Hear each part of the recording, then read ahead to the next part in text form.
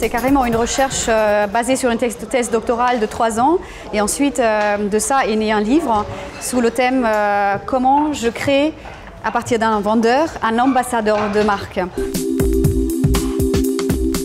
Pour choisir un bon vendeur, il faut regarder à l'intérieur. Parce que ce n'est pas à la surface que ça se fait. C'est pour ça que j'ai développé des checklists pour identifier les gestuels, les mots, l'attitude du vendeur. Parce qu'il ne faut pas uniquement sélectionner selon les compétences, il faut sélectionner un vendeur d'après son attitude. Parce que dans le luxe, on est au service et surtout, il faut transmettre la flamme qu'on a pour notre marque à notre client final. Dans le digital, c'est ça le problème aujourd'hui. Les sociétés commencent à bâtir leur stratégie de le digital d'un côté sans impliquer le vendeur. Donc aujourd'hui, les vendeurs se sont complètement non informés sur les stratégies parce qu'il opère en boutique tout seul.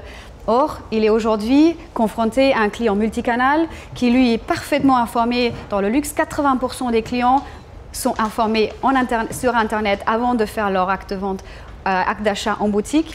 Donc c'est un client surinformé qui arrive à un vendeur qui n'est pas informé sur une stratégie digitale.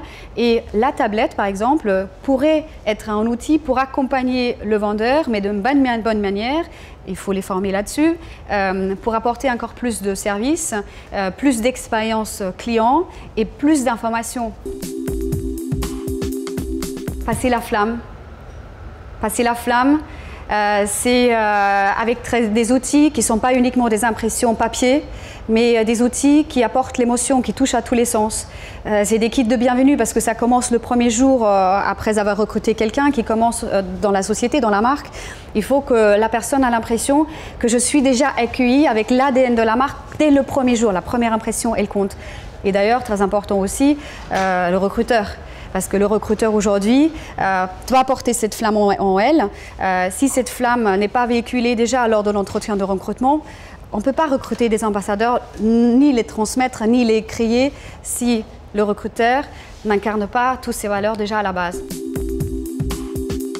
Aujourd'hui, il y a une énorme distorsion entre la réalité du vendeur qui se sent en bas de la cale sur le bateau. C'est une image que j'ai donnée au début de la conférence. C'est le dessin qui est le plus aujourd'hui donné par les vendeurs qui disent on est dans un monde où le top management ne nous regarde pas, va même pas en bas pour aller nous voir. Il a un réel manque de communication et le vendeur apprend souvent les nouveautés de la part du client au lieu de l'apprendre de la part du top management.